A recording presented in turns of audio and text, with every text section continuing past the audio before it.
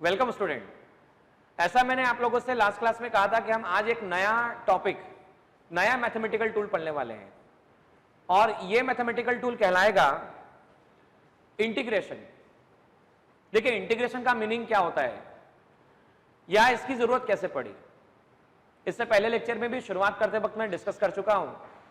देखो इंटीग्रेशन मतलब ऐड करना, जोड़ना, सम करना, छोटे छोटे टुकड़ों को जोड़कर बड़ा टुकड़ा बनाना, यह इंटीग्रेशन का एक्चुअल मीनिंग होता है।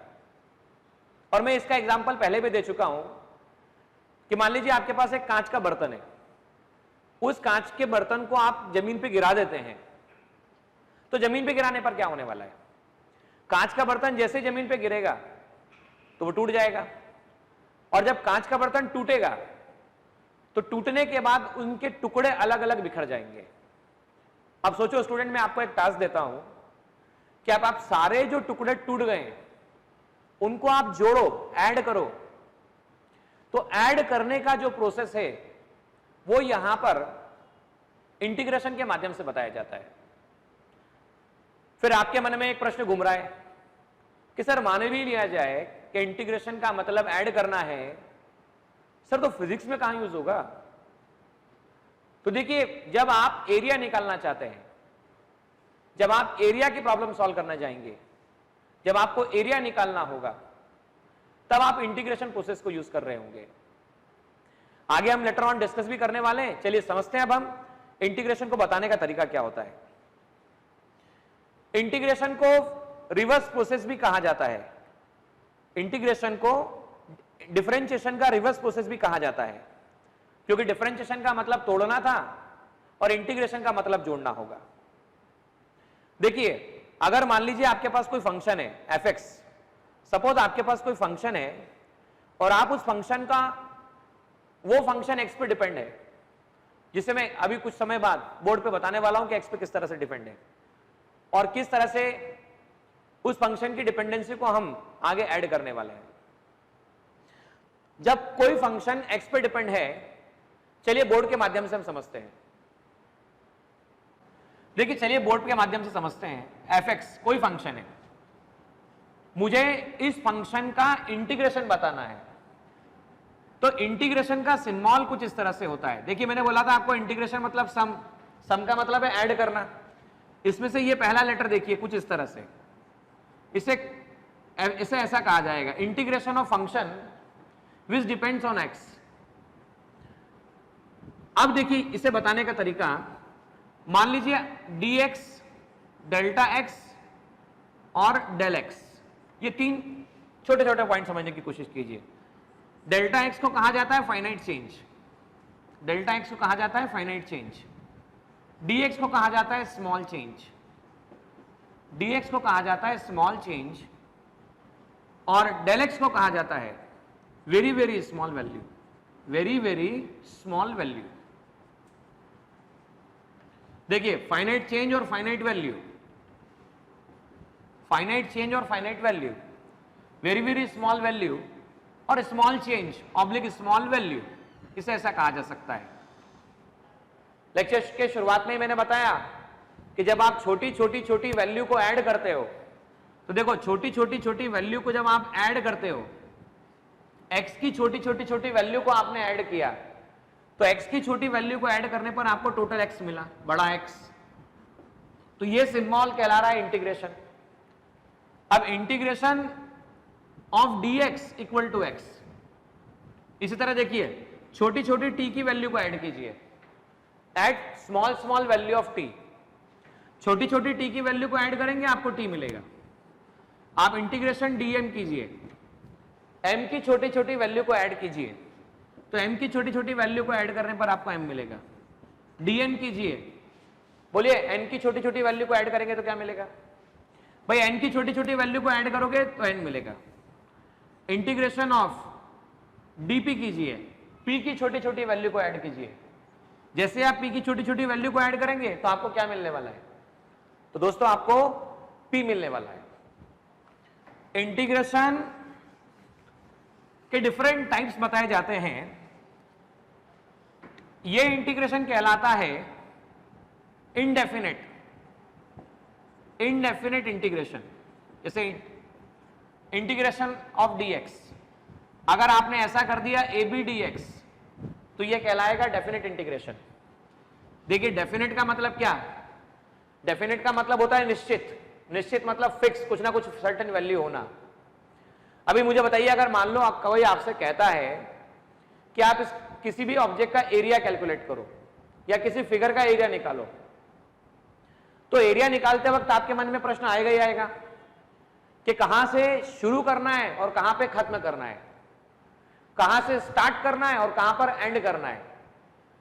तो जहां से स्टार्ट करना है उसे कहते हैं स्टार्टिंग लिमिट।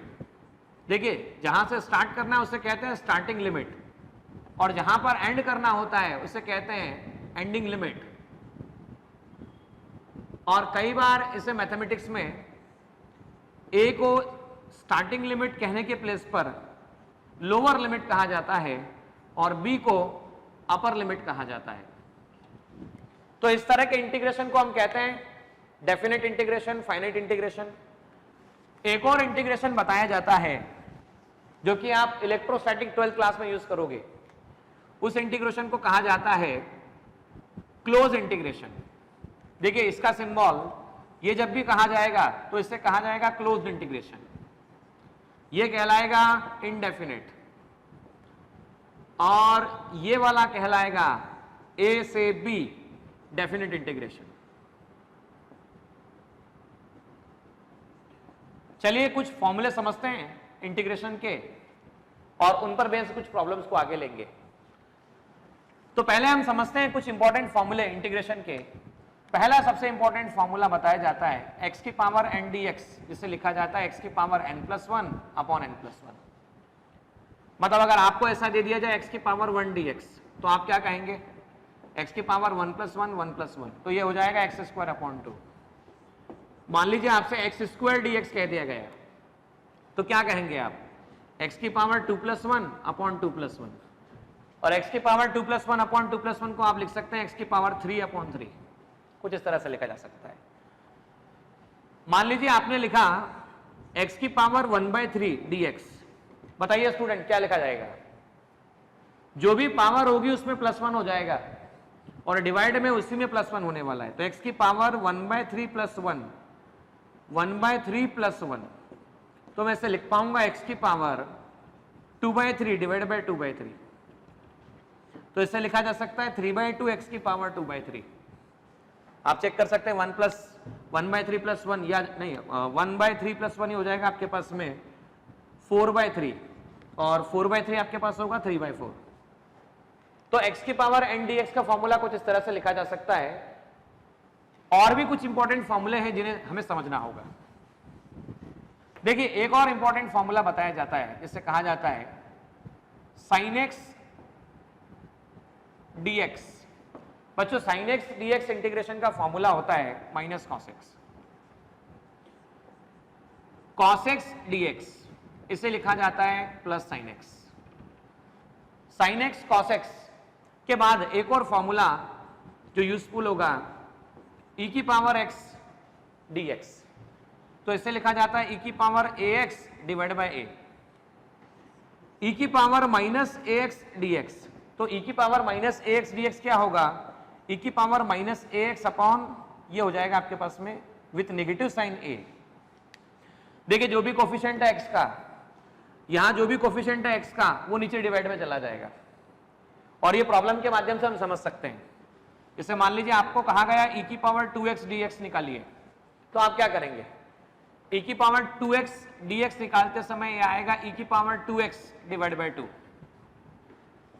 e की पावर 2x डिवाइड बाय 2 अगर मान लीजिए -3x dx होता तो आप क्या लिखते, तब आप लिखते e की power -3x divide by -3।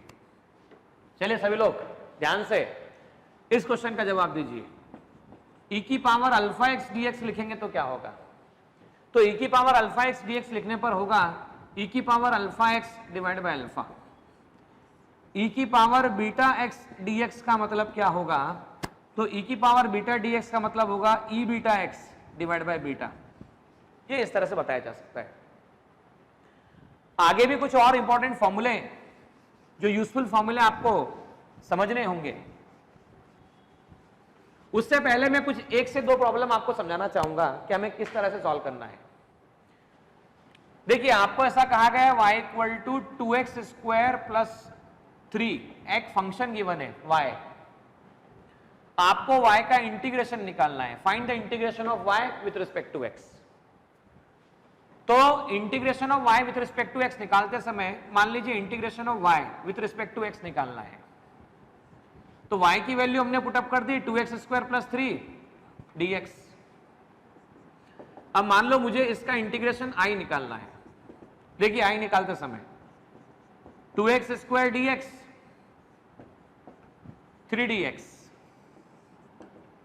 To integration x square dx 3 integration dx, इसे ऐसा लिखा जा सकता है।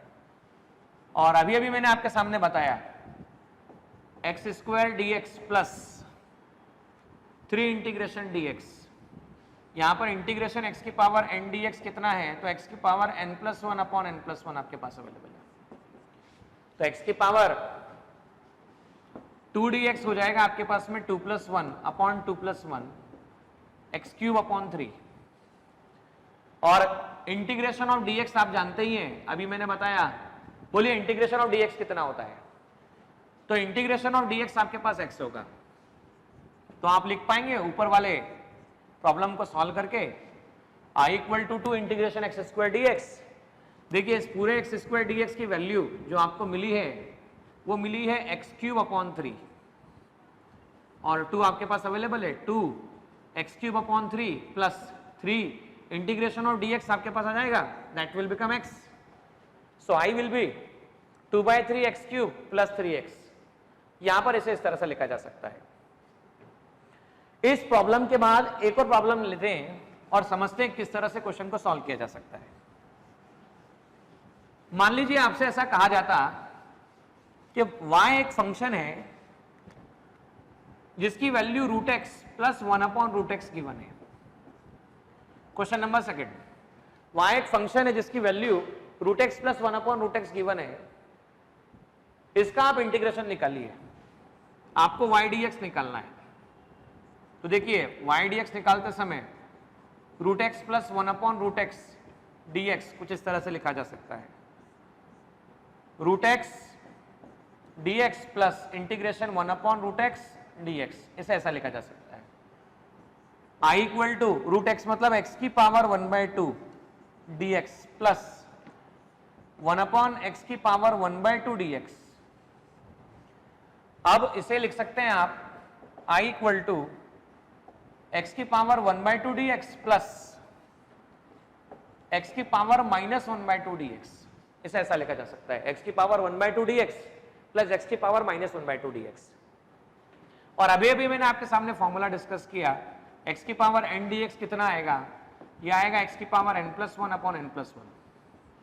x की पावर 1/2 dx कितना आने वाला है, तो देखिए 1/2 प्लस 1 1/2 प्लस 1 x की पावर 3/2 और ये 3/2 आपके पास आएगा। अच्छा, 3/2 को आप कैसा लिख सकते हैं, तो 3/2 को आप लिख पाएंगे 2/3।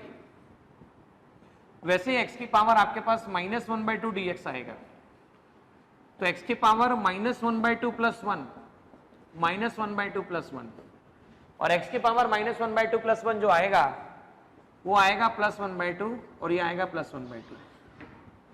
तो कुल मिला के हम इस पूरे एक्सप्रेशन के प्लेस पर कुछ इस तरह से लिख पाएंगे, और वो होगा i इक्वल टू 2/3 x की पावर 3/2। और हम इस पूरे एक्सप्रेशन के प्लेस पर लिख पाएंगे, देखिए x की पावर -1/2 dx के प्लेस पर, x की पावर -1/2 dx, इसके प्लेस पे आप लिख पाएंगे 2x की पावर 1/2। तो हमने दो क्वेश्चन, छोटे छोटे क्वेश्चन, स्मॉल क्वेश्चन की मदद से समझने की कोशिश की कि आखिर इंटीग्रेशन कैसे सॉल्व किया जाएगा। आइए हम स्क्रीन की तरफ चलते हैं और कुछ इंपॉर्टेंट आगे जो भी फॉर्मूले हैं उनको समझते हैं।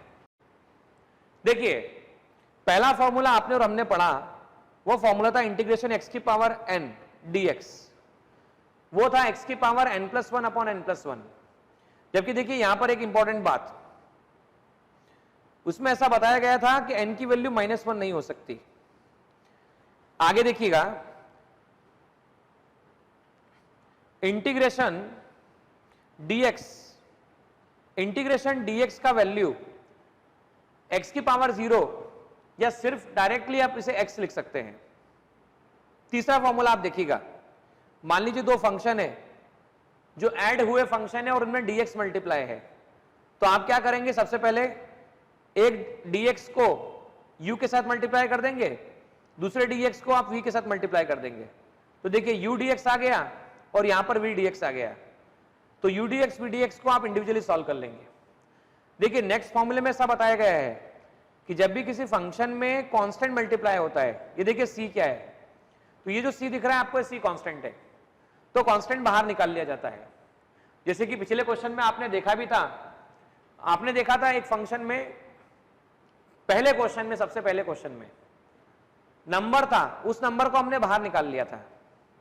बच्चों ये फॉर्मूला भी आपको डायरेक्ट लर्न करना है, integration sec square x dx 10x होता है, integration cosec square x dx minus cot x होता है, इंटीग्रेशन सेक एक्स 10x इसका वैल्यू सेक एक्स होता है, इंटीग्रेशन कॉसेक एक्स और कॉट एक्स इसका वैल्यू माइनस कॉस एक्स होता है, माइनस कॉसेक एक्स होता है। देखिए आपके मन में एक प्रश्न चल रहा होगा, आप सोच रहे होंगे कि सर इतने सारे फॉर्मूले याद करने हैं क्या हम लोगों को? तो मैं एक ही बात बोलूंगा आप लोगों को, आपको इतने फॉर्मूले याद नहीं करने हैं, आपको सिर्फ और सिर्फ ये जो फॉर्मूले आपके सामने मैं बता रहा हूं, ये जो एरो के हेल्प से मैंने फॉर्मूले बताए हैं, ये मैक्सिमम फॉर्मूले आपको लर्न करने हैं और इनकी मदद से प्रॉब्लम सॉल्व होने लगेगी। देखिए आगे कुछ और इंपॉर्टेंट फॉर्मूले हैं जो हमें देखने होंगे। ये देखिए आपके पास में c x की पावर n dx, तो कांस्टेंट बाहर निकल चुका है, x की पावर n+1 अपॉन n+1 आ रहा है। अब देखिए यहां पर कई बार एक प्रॉब्लम बच्चों को फेस होती है, x की पावर -1 dx, तो कई बच्चे क्या सोचते हैं, सर x की पावर -1 dx को आप क्या कीजिए, x की पावर -1 + 1, x की पावर -1 + 1 डिवाइड बाय -1 + 1। बोले सर x की पावर -1 + 1 जो हो जाएगा वो 0 हो जाएगा और -1 + 1 मतलब 0 हो जाएगा। एनीथिंग डिवाइड बाय 0 इंफिनिटी आना चाहिए। इसलिए मैंने आपसे कहा था कि जब n की वैल्यू -1 होती है तब ये फॉर्मूला लगता नहीं है, इसलिए x की पावर -1 को आप 1/x लिखते हैं और 1/x dx का फॉर्मूला जो आता है वो आपके पास log x निकल कर आता है। देखिए e की पावर x का फॉर्मूला हम देख चुके हैं, e की पावर x होता है इंटीग्रेशन a की पावर x dx। ये फॉर्मूला रेयरली यूज होगा, a की पावर x dx का फॉर्मूला होता है a की power x upon log e है।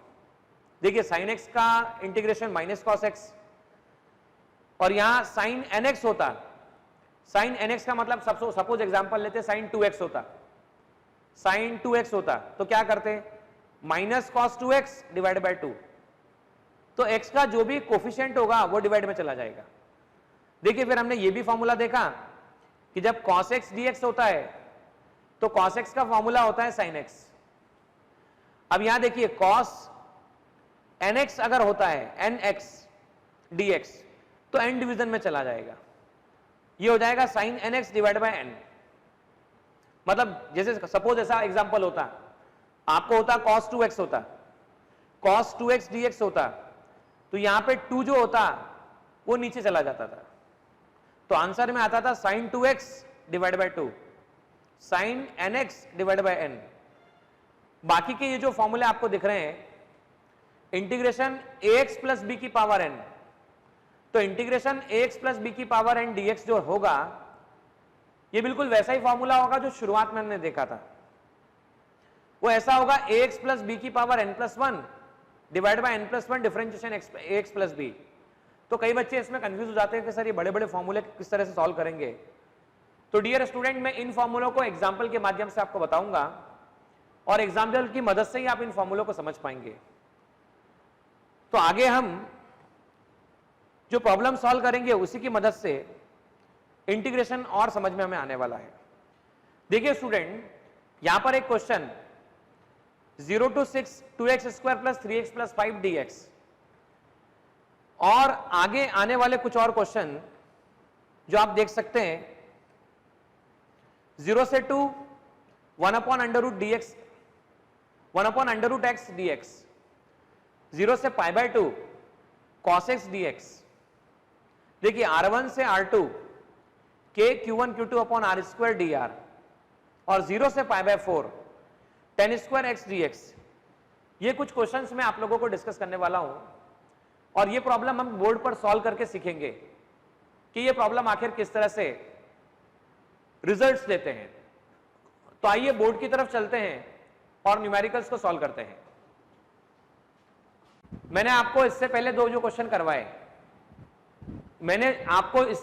क्वेश्चन करवाए, वो क्वेश्चन बिना लिमिट के थे, मतलब ये लिमिट वैल्यू एग्जिस्ट नहीं कर रही थी। पर आज जो हम क्वेश्चन करेंगे ये क्वेश्चन में लिमिट एग्जिस्ट कर रही है, और जब भी लिमिट एग्जिस्ट करती है तो इन्हें कहा जाता है डेफिनेट इंटीग्रेशन। डेफिनेट इंटीग्रेशन में ये जो इंटीग्रेशन के बॉटम पे ये सिंबल दिखता है, इसे लोअर लिमिट कहा जाता है, और इसे अपर लिमिट कहा जाता है। इसे लोअर लिमिट, इसे अपर लिमिट। देखिए r1 लोअर लिमिट है, r2 अपर लिमिट है, 0 लोअर लिमिट है, पाई बाय 2 अपर लिमिट है, 0 लोअर लिमिट है, पाई बाय 2 अपर लिमिट है। चलिए शुरुआत करते हैं प्रॉब्लम को सॉल्व करने की। देखिए पहला क्वेश्चन बोला गया है 0 से 6 2x square plus 3x plus 5 dx। तो हम सबसे पहले क्या करेंगे, dx को डिस्ट्रीब्यूट कर देंगे। तो डिस्ट्रीब्यूट होने पर ये हो जाएगा 2x स्क्वायर dx प्लस 0 से 6 3x dx प्लस 0 से 6 5 dx। देखिए पहले भी मैं फॉर्मूले में बता चुका हूं कि जो भी कांस्टेंट होते हैं वो कांस्टेंट बाहर निकाल लिए जाते हैं। तो हम इस कांस्टेंट को बाहर निकाल लेते हैं। 0 से 6 x स्क्वायर dx, x की पावर 1 dx, 0 से 6 5 इंटीग्रेशन dx, ये आ जाएगा 0 से 6। अब ये होगा x की पावर n dx का फॉर्मूला अभी अभी मैंने आपको बताया, ये होता है x की पावर n+1 अपॉन n+1। तो इसका मीनिंग ये हुआ इंटीग्रेशन x स्क्वायर dx जो होगा, देखिए कंपेयर कीजिए x की पावर n, यहां x की पावर n है और यहां n के प्लेस पर 2 अवेलेबल है।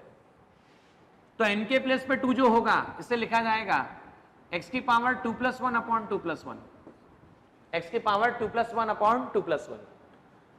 मतलब x की पावर 2+1 मतलब ये हो गया 3, और 2+1 ये हो चुका आपके पास में 3। अब यहां देखिए x की पावर 1, x की पावर 1 dx, तो इसे लिखा जाएगा 1+1 अपॉन 1+1। तो 1+1 अपॉन 1+1 को लिख सकते हैं आप x स्क्वायर अपॉन 2, और आप इंटीग्रेशन dx को लिख सकते हैं that is equal to x। Integration dx can be written x। तो हम इन तीनों को सब्स्टिट्यूट करते हैं। सबसे पहले x स्क्वायर dx को लिखा जाएगा 2x³ अपॉन 3, x³ अपॉन 3। देखिए इसको लिखने का तरीका, और 0 लोअर लिमिट था तो 0 यहां लिख दीजिए, 6 अपर लिमिट है तो 6 अपर लिमिट है तो 6 यहां पर लिख दीजिए, प्लस 3 मल्टीपल में लिख दीजिए। अब देखिए 0 से 6 x की पावर 1 dx, तो हमने x की पावर 1 dx को सेपरेटली सॉल्व कर लिया, यह आया x की पावर 1+1 अपॉन 1+1, तो ये हो जाएगा x स्क्वायर अपॉन 2। तो हमने इसे लिख दिया x स्क्वायर अपॉन 2 0 से लेकर 6। आगे देखिए इंटीग्रेशन dx, तो इंटीग्रेशन dx को आपने लिखा x, 5 मल्टीपल में ये आ चुका है x 0 से लेकर 6, तो आप इसे लिख सकते हैं 2/3 x³ 0 से लेकर 6, 3/2 x स्क्वायर 0 से लेकर 6, 5x 0 से लेकर 6। अच्छा सबसे पहले याद रखिएगा, हम x के प्लेस पर अपर लिमिट पुटअप करेंगे, हम x के प्लेस पर अपर लिमिट पुटअप करेंगे, और उसके बाद x के प्लेस पर लोअर लिमिट पुटअप करेंगे। Upper limit positive, lower limit negative, upper limit positive, lower limit negative.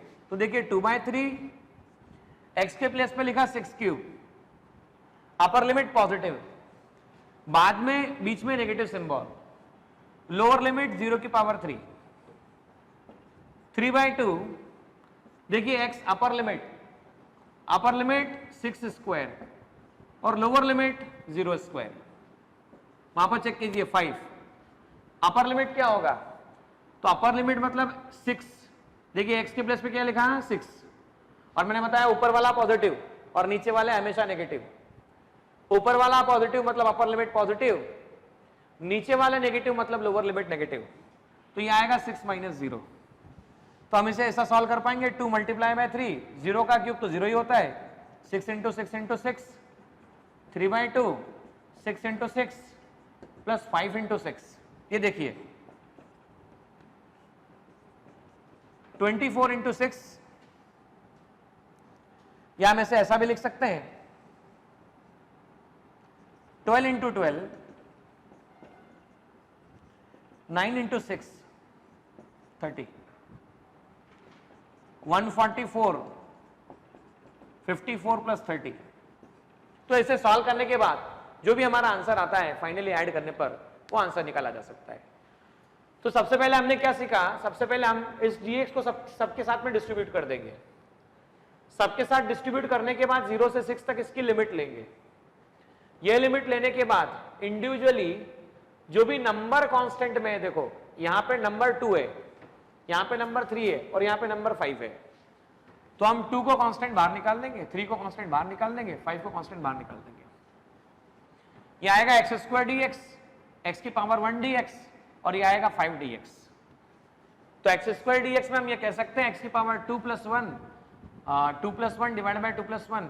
इसको सॉल्व किया, सॉल्व करने के बाद लोअर लिमिट 0 था तो 0 लिखा, अपर लिमिट 6 था तो उसे 6 लिखा, ये 0 ये 6, ये 0 ये 6। आप सबसे पहले सॉल्व करने के लिए आप हमेशा x के लिए अपर लिमिट रखेंगे 6, भाई x की वैल्यू अपर लिमिट रखी 6 और लोअर लिमिट रखी 0, तो 6³ - 0, ये देखिए 6² - 0²।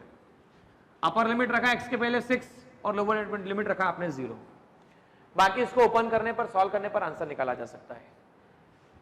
अब हम सेकंड नंबर प्रॉब्लम को सॉल्व करने वाले हैं। देखिए सेकंड प्रॉब्लम में क्या बताया गया है आपको।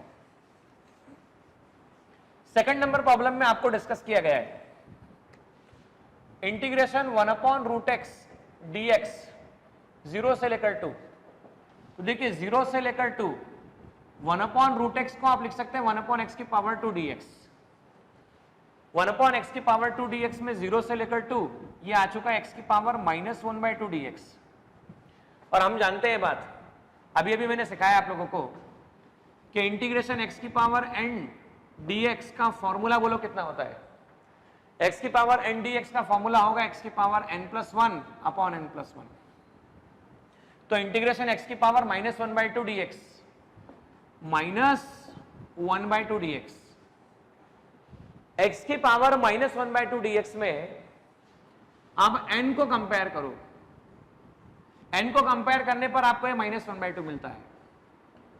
तो -1/2 + 1, -1/2 + 1, x की पावर -1/2 dx, x की पावर +1/2 + 1/2, तो ये आ जाएगा 2x 1/2। इसे लिखा जा सकता है 2x 1/2।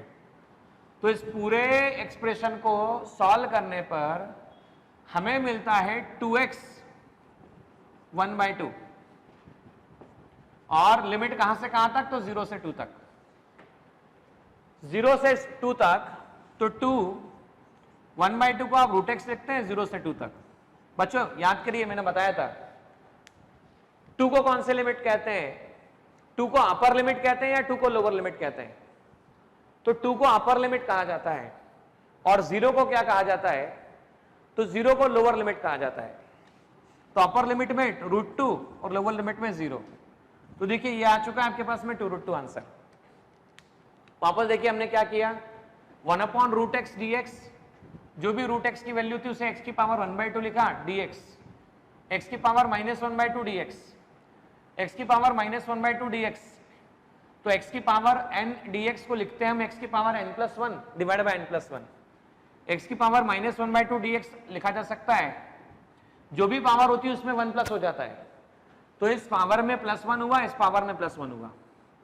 x की पावर -1/2 dx, -1/2 + 1 होता है +1/2 + 1/2, तो ये आ गया आपके पास में 2x 1/2। x की पावर 1/2 0 से 2, x की पावर 1/2 को रूट x लिखा जाता है 0 से 2, तो इसे कहा जाता है अपर लिमिट, इसे कहा जाता है लोअर लिमिट। तो x के प्लेस पे आप लिख सकते हैं √2 - 0, तो 2√2 इसका आंसर निकल कर आता है। देखिए सिमिलरली ये वाला प्रॉब्लम हमें सॉल्व करना है, उसके बाद ये प्रॉब्लम सॉल्व करना है, उसके बाद हमें ये प्रॉब्लम सॉल्व करना है। तो मैं सजेस्ट करूंगा कि आप इस समय वीडियो को पॉज कर दें, वीडियो को रोक दें, रोकने के बाद ये वाला प्रॉब्लम खुद सॉल्व करें। इस प्रॉब्लम को सॉल्व करने के बाद वैल्यू पुटअप करें और उसके बाद वीडियो को ऑन करके सॉल्यूशन को देखें। थोड़ा देखिए यहां पर क्या लिखा हुआ है। आपको इस क्वेश्चन में लिखा हुआ है, इस क्वेश्चन में बताया हुआ है कि आपके पास में k कांस्टेंट है, q1 कांस्टेंट है, q2 कांस्टेंट है, k कांस्टेंट है, q1 कांस्टेंट है, q2 कांस्टेंट है, r डिस्टेंस है और आपको r और ये dr, मतलब जो भी आपको इंटीग्रेशन लेना है वो r के लिए लेना है। तो यहां पर आपने i k q1 q2 common निकाल दिया, 1/r² dr, ये वैल्यू आ चुकी है r1 से लेकर r2 तक। देखिए अभी वापस से हम इसे कैसा लिख सकते हैं, k q1 q2 कॉमन निकल चुका है, r1 से लेकर r2, r की पावर -2 dr, ये चेक कीजिए, r की पावर -2 dr। अब r की पावर -2 dr है ना, तो मैं इससे लिख सकता हूं x की पावर n dx। बोलो फॉर्मूला क्या होता है, तो ये होता है x की पावर n+1/n+1, r की पावर -2 dr क्या लिखा जाएगा, बोलिए। मैंने अभी भी बताया जो भी पावर होती है उसमें +1 कर दो, तो आप लिख पाओगे r की पावर -2 + 1/-2 + 1, r की पावर -1 तो आप सीधे सीधे लिख पाओगे इंटीग्रेशन r की पावर -2 dr -1/r। देखिए माइनस साइन और r की पावर -1 को क्या लिख सकते हैं, r की पावर -1 को लिख सकते हैं आप -1/r। तो k q1 q2 -1/r, r1 से लेकर r2, k q1 q2, अच्छा नेगेटिव साइन कॉमन निकाल लिया, k q1 q2 1/r, r1 से लेकर r2। चलिए सभी स्टूडेंट जो भी लेक्चर को देख रहे हैं जवाब दीजिए मुझे मिलकर, r1 कौन सा लिमिट है, r1 लोअर लिमिट है या r1 अपर लिमिट है। सर्टेनली आपने सोचा होगा कि r1 लोअर लिमिट है, r2 अपर लिमिट है, और मैं आपको पहले भी बता चुका हूं सबसे पहले आपको कौन से लिमिट पुटअप करना है। तो स्टूडेंट आपको सबसे पहले अपर लिमिट पुटअप करना है और अपर लिमिट के बाद में आपको लोअर लिमिट पुटअप करना है। तो आप और हम लिख सकते हैं i = -k q1 q2, upper limit मतलब 1/r2। अपर लिमिट के समय सिंबल क्या लेते हैं, साइन क्या लेते हैं, तो अपर लिमिट के समय साइन पॉजिटिव लेते हैं और लोअर लिमिट के समय साइन नेगेटिव लेते हैं। इससे 1/r2 - 1/r1 लिखा जा सकता है। अब देखिए ये क्या होगा आपके पास में, k q1 q2, ये नेगेटिव साइन जब अंदर चला जाएगा तो ये हो जाएगा -r2 और माइनस माइनस प्लस 1/r1। तो i को लिखा जा सकता है k q1 q2 1/r1 - 1/r2, इसे इस तरह से लिखा जा सकता है। तो k क्या हो गया, k कांस्टेंट हो गया, q1 q2 1/r1 - 1/r2, इसे आप ऐसा भी लिख सकते हैं r2 - r1/r1r2। तो हमने इसमें प्रॉब्लम में क्या सीखा, हमने इस प्रॉब्लम में सीखा कि हमारे पास इंटीग्रेशन की वैल्यू निकालनी थी। हमें नया ये कंसेप्ट सीखने को मिला कि dr लिखा हुआ है और यहां dr का मीनिंग क्या था, integration related to term of r। तो हमें r जो भी टर्म दिखेगा उसका इंटीग्रेशन निकालना है। अच्छा सोचो यहां पर dx लिखा है, dx लिखा है, इसका मतलब जिस भी टर्म में x है उसका इंटीग्रेशन निकालना है। देखिए यहां पर dx लिखा है, तो dx का मतलब जिस भी टर्म में x है उसका इंटीग्रेशन निकालना है। देखिए यहां dx लिखा है, तो जिस भी टर्म में x है, जिस भी टर्म में x है उसका इंटीग्रेशन आपको निकालना है। तो हमने k, q1 q2 दोनों को कॉमन निकाल लिया, इंटीग्रेशन 1/r² dr लिखा। अब 1/r² को r की पावर -2 लिखा जा सकता है। r की पावर -2 का इंटीग्रेशन सॉल्व करने पर -1/r आया। मैं माइनस साइन को बाहर ले गया, माइनस साइन बचा 1/r, r1 से r2। तो r1 से r2 ये है अपर लिमिट और ये आपके पास में लोअर लिमिट है। चलिए अपर लिमिट का साइन क्या लेते हैं, तो अपर लिमिट का साइन पॉजिटिव लेते हैं, और लोअर लिमिट का साइन क्या लेते हैं, तो लोअर लिमिट का साइन लिया जाता है नेगेटिव। इस तरह से हमने इसे आगे सॉल्व किया। आइए लास्ट के 2 क्वेश्चन और देखते हैं आज के लेक्चर के लिए, बाकी फिर हम अगले लेक्चर में आपको इंटीग्रेशन के बहुत सारे प्रॉब्लम्स को सॉल्व करने की मेथड और बहुत सारे प्रॉब्लम्स आपसे डिस्कस करने वाले हैं। कुछ प्रॉब्लम आपको एच.सी. वर्मा से मिलेंगे, कुछ प्रॉब्लम आपको डी.सी. पांडे से मिलेंगे, कुछ प्रॉब्लम आपको एलन के स्टडी मटेरियल से मिलेंगे, कुछ प्रॉब्लम आपको अदर बुक से मिलने वाले हैं, कुछ प्रॉब्लम आपको आपकी टेक्स्ट बुक से मिलेंगे, कुछ प्रॉब्लम आपको एनसीईआरटी से मिलेंगे। तो बहुत सारे प्रॉब्लम का मिक्सचर सॉल्यूशन आपको मिलने वाला है।